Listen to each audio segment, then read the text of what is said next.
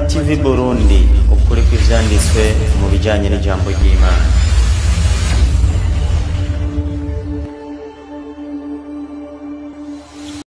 Ndakwereka ikidodo ndagisomye muri Bibiliya. Nawe uraza kunyereka umusaraba n'iciza cawo muri Bibiliya. Nuko tugenda.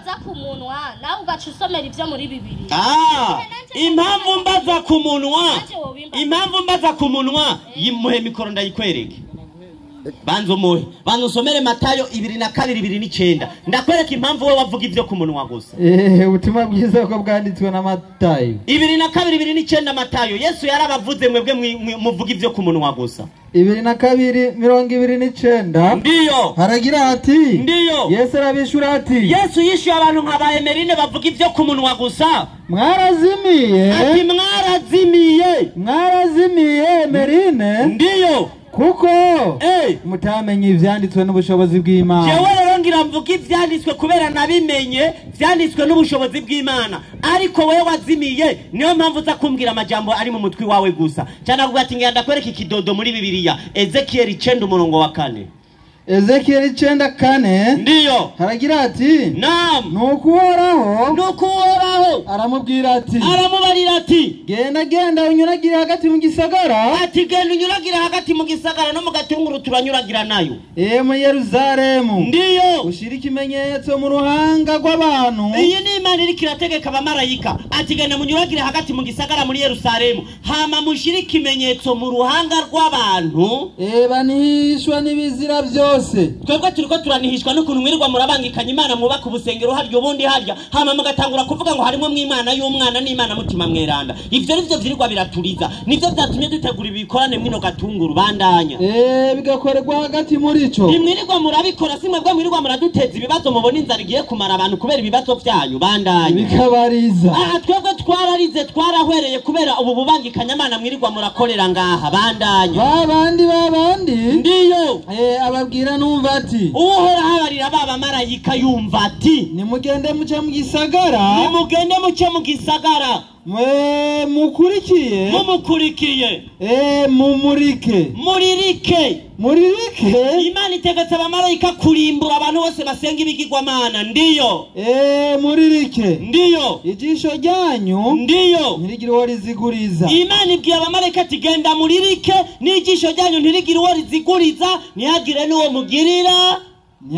mugirira akagongwe. Ndiyo mwice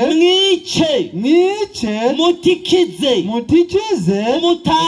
umutama n'umusore n'umwigeme n'abana bato n'abagore. Iyi ni Imana iri kirategeka abamarayika kandi Isa soma mwice mutikize ndiyo umutama n'umusore n'umwigeme n'abana bato n'abagore. Ndiyo ariko ntihagire umuntu n'umwe mwegera. Emerine Imana yacitanga agasopo kuri aba bamarayika ati ntihagire umuntu n'umwe mwegera. Mubari kw'ico kimenyetso ntihagire n'umwe mwegera. Atariko abambaye imisaraba bose gira ko ati kandi muherehe soma harabandanya. Ndiyo kandi ndiyo muhere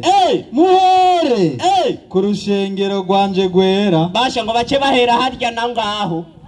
Imana niko oya ngaha ariko bafise ikimenyetso. Imana yavuze ngo ntihagire n'umwe mwegera mu bari kw'ico kimenyetso. Hajya rehingira bari kw'ikimenyetso mu ruhanga atariko muce muhera ku rusengero. Waislamu takbir Allahu akbar. Birasobanuka. Aca babaza ati none mwebwe abayisilamu ngo kubera iki ngo muvuga ngo muzoja mwijuru ngo mwirirwa murayora abagore ngo babiri ngo batatu mbere avuga ngo batandatu. Batandatu niko yavuze. Muhe mikoro Emerine nonde mwisilamu arabona afise abagore batandatu. Sinzi nawe nuko ntazi ubasinza abo wowe ufise. Uraza na basi nawe uje mu ico gitigi. Kugira bakwire batandatu nawe uraza. Yesu cyo kikombe Imana izikindengaye. Oya nawe uraza ube basi mwabo batandatu. Emerine umuyisilamu ntiyemerewe kurongora abagore barenga 4. Umuyisilamu umviriza. Ego aciye abaza ngo muca munyereka aho vyanditse.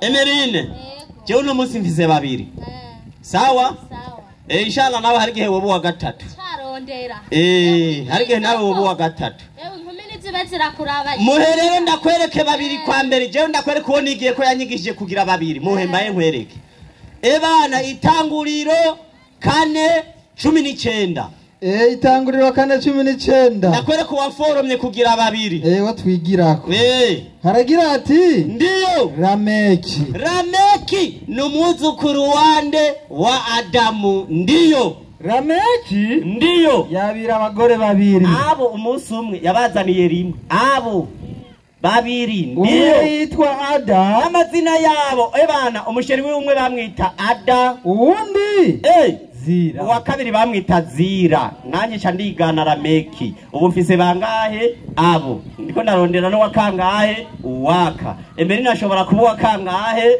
uwaka inshallah Emerine kwebwe abayisilamu nakubwiye ko twemerewe bangahe bane reka ndakwere kundi mushehe yigize batatu itanguriro 16 umurongo wa mbere 16 umurongo wa mbere itanguriro Sarayi muka Aburahamu umugore wa mbere mwita Sara ndiyo ni yari yaravyaye ebana we yari yarabuza akana kandi yarafise inshoreke y'umunyegiputakazi yitwa Hagari yarafise n'umukozi wo mu nzu w'umukobwa nawe bamwita Hagari ndiyo Sarayi abarira Aburahamu ati ebana umugore wacu aravuga ati none raba erega shaho urabona mutama wanje urabona kana kabuze ibara ryaraguye ndiyo Rabu yanyimye ivyara Rabuhoraho yaranyimye akana ashaka urabona ngeze mu zabukuru ndiyo ndavyara kuri Sarayi inshoreke yanje kuri Hagari ate ndavyara ku nshoreke yanje kumbure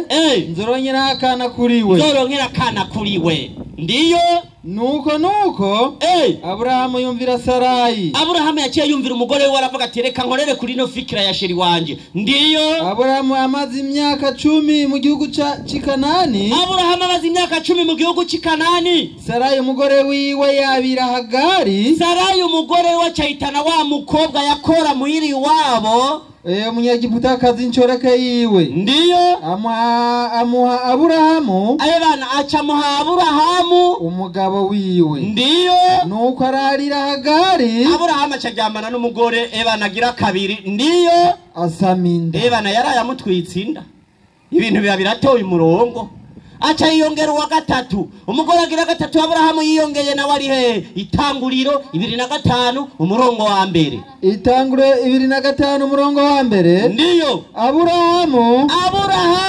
arongora uwundi mugore agira kangahe agira gatatu yitwa nde Ketura yaciye yiyongera uwaka yari yaryohiwe aravuga ati nukuri ndumva ari sawa yiyongera uwa gatatu Hagari na Ketura ndaje ndaguherera umushehe originale yakwije bane umushehe na originale yakwije bane nawe no wakurikira itanguriro 3:5:22 3:5:22 nagezeyo uwo umushehe rero yarongoye bane aragira ati ndiyo nuko abahungu ba Yakobo bari 12 uwo mushehe burya yitwa Yakobo yabyaye abahungu 10 na bangahe 12 aba 12 yababyaye ku bagore bane umugore wa mbere yabyaye abahungu 6 umviriza nawe ninde Abareya umugore wa mbere wa Yakobo bamwita Leya yabyaye nde ni Reyubeni imfura ya Yakobo umuhungu wa mbere yabyaye yitwa Reyubeni niwe yabaye imfura ya Yakobo na Simeyoni umuhungu agira kabiri yitwa Simiyoni na Lewi na Yuda uwa gatatu yitwa Lewi uwa kane yitwa Yuda na Isakari na Zebuloni uwa gatanu yitwa Isakari uwa gatandatu yitwa Zebuloni aba nibo bahungu bavuka ku mugore wa mbere wande wa Yakobo abahungu bangahe 6 umviriza umugore agira kabiri nawe yavyaye babiri acavyara n'intumwa y'Imana uwo mugore agira kabiri nawe ninde abarakeri. umugore agira kabiri yitwa Rakeri niwe yavyaye intumwa y'Imana yitwa Yusufu. Soma humve. Ni Yosefu na Benyamini. yavyaye abahungu babiri, Yusufu intumwa y'Imana na Benyamini. Iyo atabangora umugore agira kabiri intumwa y'Imana yitwa Yusufu ntiyari kuboneka. Bandanya umugore wa gatatu. Uwa gatatu nawe ababiruha inshoreka ya Rakeri. Umugore agira gatatu bamwita Biruha nawe yavyaye nde? Ni Dani na Nafutali. Nawe yaciye avyara abandi bahungu babiri nawe yitwa Dani na Naftali. Ndiyo abazirupa. umugore agira kane wa Yakobo bamwita Zirupa. Ndiyo inshoreka ya Leya ni Gadi na Asheri. nawe yavyaye abahungu babiri witwa Gadi n'uwitwa Asheri. Abo ni bahungu ba Yakobo yavyariye Ipada na Aramu. Aba bahungu 12 bavuka ku bagore bane ba Yakobo ni nayo miryango 12 y'Abisirayeli. Ngira ndakwereke Yesu abinjiza mu ijurusha. 12 bavuka ku bagore bangahe? Bane bari mu ijuru. Aiga Bibiliya ngira ntayo yemera. Urapinga? Bibiliya ngira ntayo yemera. Urapinga? Banza umuhe mikoro. None Emerine wabumvise? Nabumvise. None bakoze icyaha? None iyo Bibiliya ugira yanditswe n'Imana cyo yanditswe n'Umuntu. None ndababwira. Sa jewe burya nagumye mbaza. Idini niryo rizojana umuntu mu isengero. Apana mu isengero. Umuntu mu ijuru nako. Oya. Niryo rizomujana nyene. Umviriza ndakwereka impamvu ari ryo rizomujana. Emerine. Hariho icyaha nyamukuru. Sekuru w'ibyaha byose. Icyo cyaha naco gikorwa n'abakirisu bose.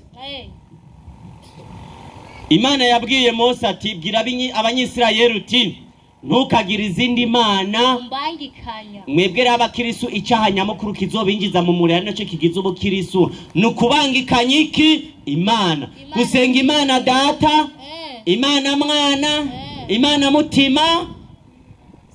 Imana Data rugira byose, Data na Mwana na Mutima Mweranda nubahezagire. We ntaburumva? Imana Data, Imana y'Umwana n'Imana Mutima Mweranda zingahe? Zitatu. Ububangikanije Imana nawe ni mu muriro. Twebwe abayisilamu kubera dusenga Imana imwe rudende, twebwe twaraganiwe ijuru twenyene. Qur'ani 40 aya ya 40. Emerine we Emerine shaka ntahure. Twebwe ivyo twaje gukorera ngaha ni twaje kwemezanya, twaje kwigishanya. Iyo renda kwigishije ushaka uratahura cyangwa ukareka. Iyo abari kwemezanya twari kuzana inkoni tukavuga ati tutavyemeye turagushishura.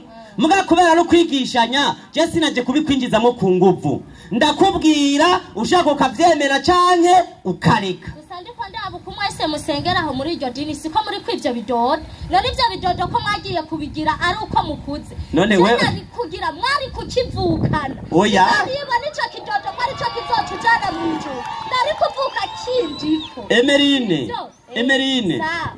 Iki dodo utagifise. Ntibimubuza kuba umwisilamu. Oya nagira ntiyoba. Nagira ntazoja mu ijuru. None we ngira ndakubaze. Utagifise kutazoja. Emerine. Nzojayo gute kandi ntagifise kandi senga muri iryo dini.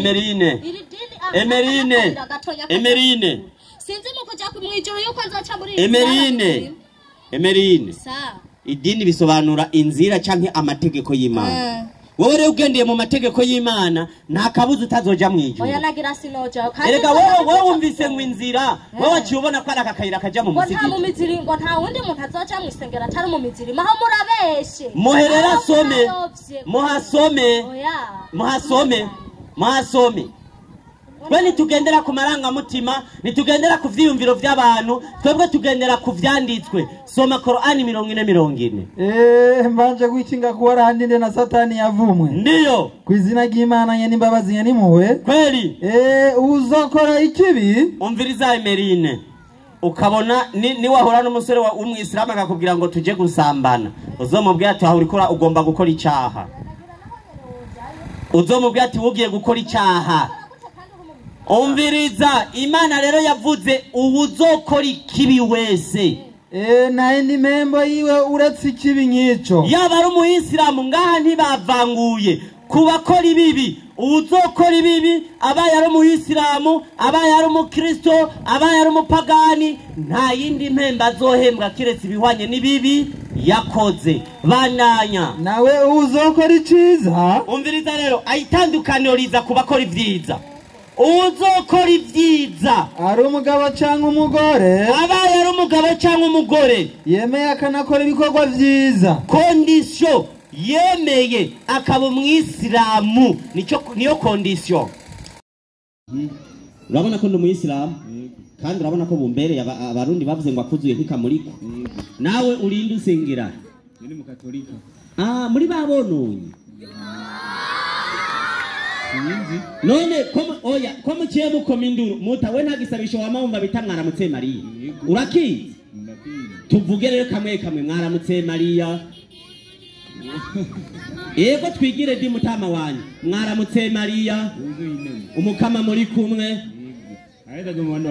n'umwana w'inda yawe Yezu Mariya mweranda dusabire twebwe nene wumva ko muri bo ngo babasabire mwebwe abaki none mvuze ko muri abononye wumva ndihenda none sa ari kibazo mbaza none acha bavuga ngo ngusa umwononye kandi atari umwiranga none je uranyagiriza papa kera cyenda kwagiriza sasa nihaye ko karorero ndoca ngenda imbere y'Imana ngo ndi umwiranda kandi ndi umwononye none papa rega mu cyo gihe mbafise ibicumuro none mwene wacu yego abononye bazoja mwijuru mwijuru yicishije bugufa kihana ibicumuro yakoda arashobora kujya none umva ko bitoye mugabo ntiwohera mu gatondo uvuga ngo ncumura mbizi ngo nibigirankana naho nyene ngo ndi umwononyi hama ngo Imana izogushire mwijuru none wacu ugenda imbere reka renda guha akarorero yego impamvu mwebwe muri abononyi kandi ico cyaha cyo konona mukigumyemwo ari mu muriro udahera ngo Mariya mweranda Mariya mweranda yego nyina w'Imana Imana iravyagwa n'abagore okay ngo mbazi kibaza aho nyene igihe Yezu yava mwijuru kugira aze gucungura abantu ku isi yaciye muri inde Yezu yego Yezu yavuye mwijuru aje kugira ante aje gucungura abantu ku isi yaciye muri Bikira Mariya sawa urakoze yego none Yezu nimba yaciye muri Bikira Mariya Yezu yarungitswe niki yarungitswe n'Imana hama na Mariya na wacavyara iki acavyara Imana inalirahi okay we mutama tugende gahoro baza wumvirize tugasubiremwo Yezu yarungitswe niki n'Imana acaza mu nda yande ya Bikira Mariya Mariya acavyara iki acavyara Imana sawa abari n'amatwi yo kumva bumvise Yesu yarungitswe n'Imana Yesu araza mu nda kwa Mariya hama Mariya acavyara Imana none igihe yari mwijuru yari iki Yesu yari umuntu asanzwe yego ubundi umuntu yavuye mwijuru akaza gucungura abantu ari umuntu asanzwe ninde we mutama ivyo gucungura biraza kuza hanyuma wewe wavuye he jewe nogira naje mva mwijuru wavuye je nararemwe n'Imana je nararemwe Yesu ntiyaremwe ndakwereke ko yaremwe nimunyereka mumpere nasomere Abikolosayi 1:15 ndakwereke Yesu aremwa ngo Yesu ntiyaremwe 1:15 Abikolosayi ngo Yesu ntiyaremwe Abikolosayi 1:15 umviriza haragira ati ndiyo niwe shusho y'Imana ndiyo itaboneka ndiyo niwe mfura ndiyo mu vyaremwe vyose Yesu ngo ni imfura mu vyaremwe niki n'Imana Yesu nimba yaremwe n'Imana bisobanura ko we watari iki Imana Waislamu takbir Allahu akbar Yesu yararemwe bisobanura iki ni kiremwa ciki c'Imana we muta mwene wacu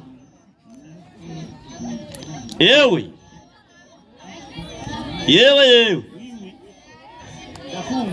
shaka rero tubanze urabino gato tubanze twumvikane yego nagoma nakwigisha ikintu kimwe abantu bose ubona ngaha yego abapfuye n'abazovuka twese twavuye mu ijuru impamvu twavuye mu ijuru Imana umuntu burya bavukubwiye umuntu n'umutima nacyo gituma iyo umuntu yitavye Imana nukuvuga umutima ni ugenda ku Mana hama ikibiribiri kigasubira mu ivu aho cyavuye ivyo ni wabishaka ndabikwereka mu gitabo cy'umusiguzi 12 umurongo w'indwi niho bavuga ngo umukungugu ugasubira mu ivu aho wahoze umushahana ugasubira ku Mana yagutanze abantu twese twavuye mu ijuru abantu ni imishaha y'abantu bose abapfuye abariho n'abazobaho Imana yayiremeye umunsi umwe burya irahari mu ijuru nk'ubu we n'umwuzukuruza uzovyara umushaha wiwe mu ijuru urahari iyo umuvyeyi yibungenza inda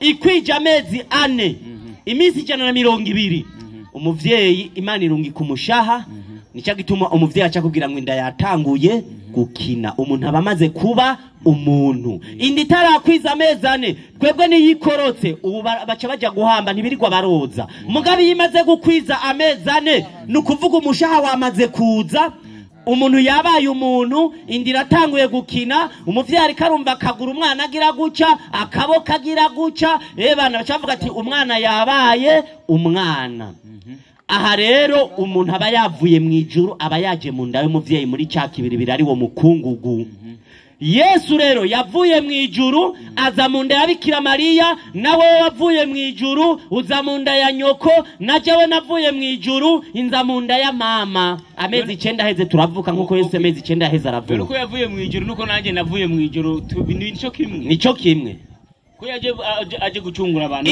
itandukaniro gusa rihari nuko we hagati ya Yesu na wewe Yesu hagati ya nyina wiwe hari ico bita rapport sexuelle nticabayeho imibonano mpuzabitsina nta mugabo yarafise Imana yamuremeye mu nda ya Bikira Mariya aruko nyene nta mugabo babonanye nico kimwe nawe birya ukora muhira na madamu wawe Imana itabishatse nta mwana yoboneka nababikora bakabura umwana Bibiri tubwire ko yavuye mu ijuru twabwirwa abantu kugira adukize aducunge okay we muzeyi ivyo byose ntibiraba ikibazo yaje kugukiza iki igicumuro cy'inyanduruko wewe ntaje kumbira ko ibicumuro bifishe cyandurutse kuri Adamu na Eva okay Adamu na Eva bakoze iki nikiye gicumuro bakoze muri Edeni nta cyamwa Imana yari yarabujije kwamura sawa uno munsi wore ivyo Yesu yagucunguye nawe ugi ivyamwa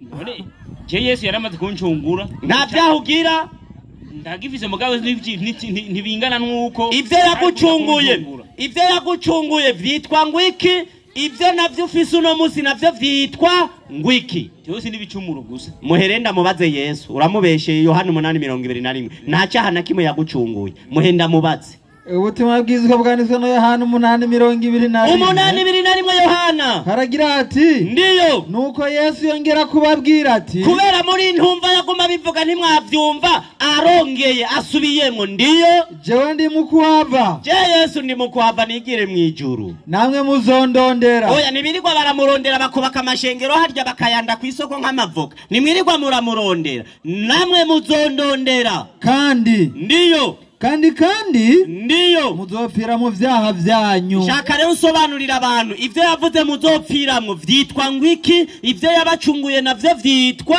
ngwiki sobanura cyo no vyicura ko nk'icyo kuva ki ari ngaha ku isi abayahudi ntibavuga rumwe aho umuntu umwe 12 bamuyoboka arabo yigeze abwira ivyo Yesu kuvuga yuko abayuda aribo bamubambye ku musaraba abayahudi aribo bamubambye ku musaraba bamubambiye ka mutama we mutama cyo gituma bati inyigisho ziwe batigera bazumva aho yabwira abayahudi abarundi baciye umugani mwimvugira kuyamara yo mugabira avuga ikivugira bamubambiye abo bayahudi uvuga mwe mwagiye kwiteka mitwe ry'abaroma babahenda ngo Yesu yakubiswe ngo Yesu yabambwe atigeze abambwe kandi yaje gucungura abantu ntiyabambwe ku musaraba Yesu nizira ry'Imana Yesu nta musaraba yagiyeko ndahebye reka ngende we mwene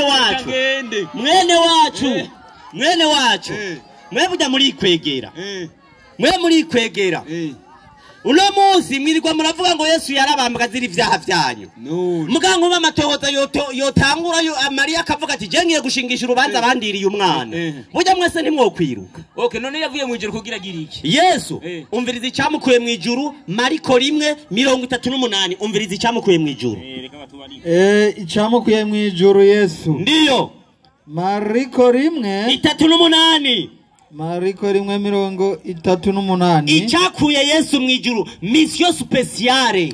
Haragira ati. Ndiyo. Haragira ati. Ndiyo. Yesu arabishura ati. Yesu acayishura abigishwa biwe ati. Arabishura ati. Ndiyo. Tuja handi mu bisagara biri hafi. Ati nimuze tuja handi mu bisagara biri hafi. Naho nyene nigisheyo. Ndiyo.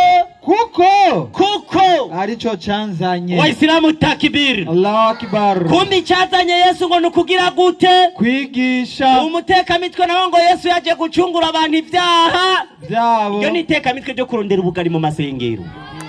Wallahi. Na namwe Yesu avuga ko aje gucungura abantu. We muhe mikoro. We mwene wacu.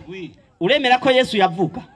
Yaravuga kandi yarigisha. Byaramunaniye kwivugira mu kanwa kiwe kw'icyamuzanye ari gucungura abantu. Maka abantu barinde kumuvugira. None umugambi wo gupfira abantu woba waturutse ku Mana cyangwa waturutse ku bantu? Umugambi ko waturutse ku Mana ati genda ucungure barya abantu barembejwe n'ibicumuro. Mwene wacu urabona amasaha ageze. Yego. Ibi ndabivuze ku mugaragaro. Ishengero rimwe ngiryo irindi ngirija hajya. Murondere pasteur wari we wese cyangwa revera pasteur. Niyaronka umurongo muri Bibiliya. Imana imubwira ati wewe Yesu ndakurungitse mwisi genda ucungura abantu ivyaha vyabo. Uwo murongo ndawubonye ejo nimba nzoba nambaye ikanzu nzoyituririra ngaha muce mumbatiza mu icyo. Rero mwe ntimwemera ko Yesu yabambwe ku musaraba. Twebwe uri kura turenganya. Aha ni twaje kwemezanya umviriza. Twaje kwigishanya. Nk'ubu uvuze ngo ntimwemera umenga ni ku nguvu. Ahubwo binyigishe je sindaronka umwarimu abinyigisha ko Yesu yancunguye. Sindamuronka. Nimuzane pasteri anyere ku murongo Yesu yivuga ati jewe Yesu icanzanye mwisi nugucungura abantu. Canke Imana ivuga ati wewe Yesu ndakurungitse mwisi genda ucungura abantu ivyaha vyabo. Abapasteri bariko baranyumva. Igihe yavuga hoho ati ni je nzira n'ukuri n'ubuzima n'ubugingo naho shika kwa data tanciye cyo cyo mukivuga kwiye mico ni original muhe wumva gisome Yohana 14 mbere hera umurongo wa mbere muhagisome wumve. Nereko oya muhagisome ico nyene. Yesu ni nzira n'ukuri nandi ndavyemera. Yaje abwira abantu ngo nimwihane kuko ubwami bw'Imana buri hafi. Nanjye ivyo ndavyemera. Nani nico gituma naje kubwira abantu bareke gusenga ubutatu. Soma. Nimuhagarika imitima yanyu. Yesu rero abandanya twigisha ati nimuhagarika imitima yanyu. Ndiyo mwizera Imana. Ahosha baba bahora bavuga ngo Yesu ni Imana. Ahubwo Yesu yabwira abantu ati nimwizere iki? Imana. Nigeze babwira ngo nimunyizere jewe nk'Imana. Apana. Yesu abwira abantu ati mwizere iki? Imana. We acha fujo ndiko ndabandanya. Bandanya inyandiko. Nanje ati nimwizere Imana nanje Yesu nanje ndiyo munyizere. Icambere abantu bizera iki? Imana.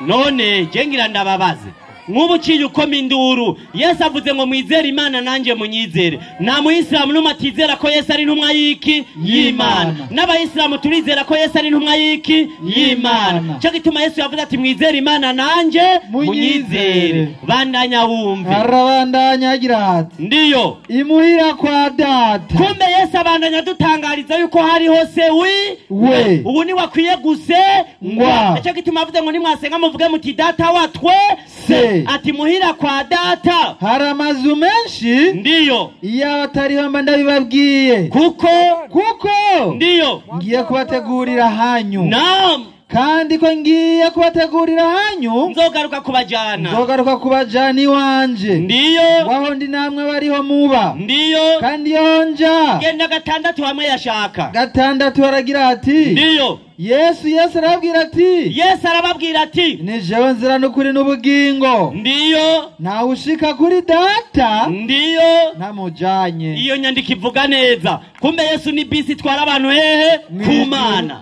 Waislamu takbir. Allahu akbar.